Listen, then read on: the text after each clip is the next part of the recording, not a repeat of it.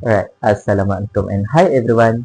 First of all, thank you for giving me the opportunity to present today. So today I'm going to share the very interesting but also quite concerning topic related to amphibians and disease. My name is Mama Aiman bin Irwan. My metric number is A210471 and this is my presentation on amphibian survival compromised by a long-term effect of Chytrid fungus. So let's start with the introduction. As you can see, amphibians actually play a very important role in ecosystem. They help control insect population, especially pests like mosquitoes, and at the same time, they also serve as food for other animals. So basically, they help maintain balance in the ecosystem. However, currently amphibians are declining worldwide. This is a global issue and this number is still decreasing year by year. One of the main causes of this decline is disease, and specifically a disease called Chytridiomycosis. So, for this part, like on this slide, this disease caused by fungus known as, or the short form is BD. What's important is that this fungus infect amphibian skins, and amphibians rely heavily on the skin for breathing and regulating water. So when the fungus infect them, it disrupts their normal body function, and in many cases, it can lead to death. So why this disease is considered very dangerous? Now moving on to the study. As you can see here, the species study is spiny common toad, and the study was conducted in Sierra de Guadarrama National Park in Spain.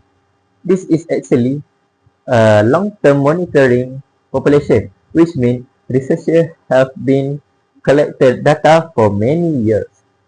So it allowed them to clearly observe changes in population over time.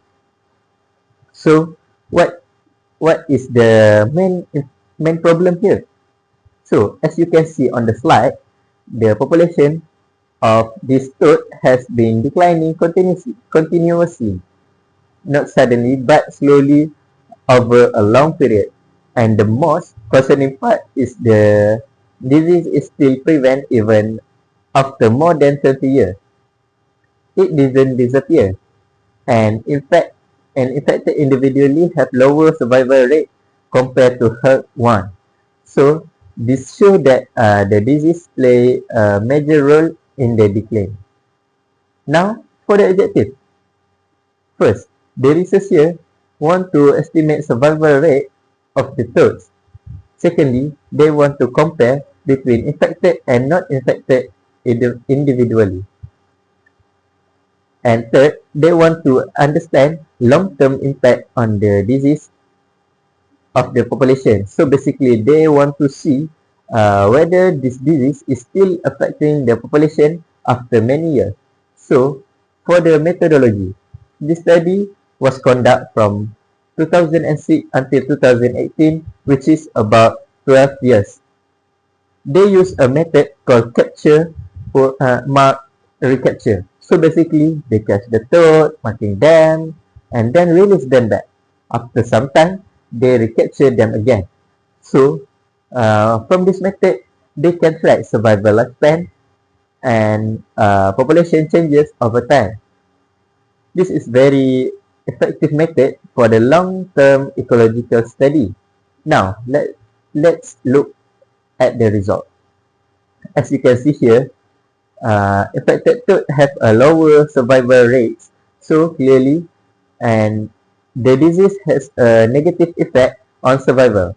This means that affected individuals are more likely to die early compared to non-infected one. But interestingly, this species actually has a long lifespan. Male toad can live around 13 to 14 years, while female can live even longer, up to about 18 to 19 years. So, because of this long lifespan of the population decline this year slowly and slowly. As you can see here, on this part, the number of young toad entering the population is low. This is what we call low recruitment rate.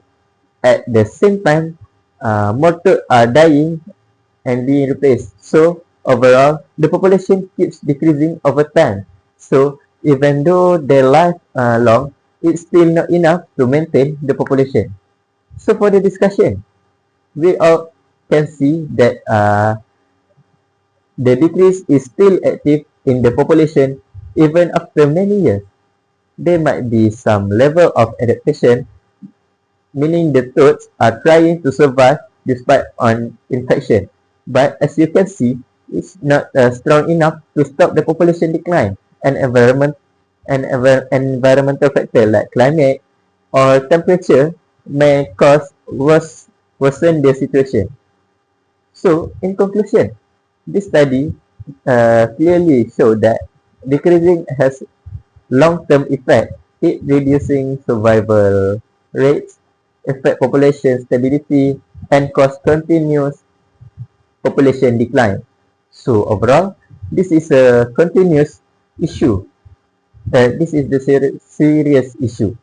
So yeah, that's all from me. Thank you for listening.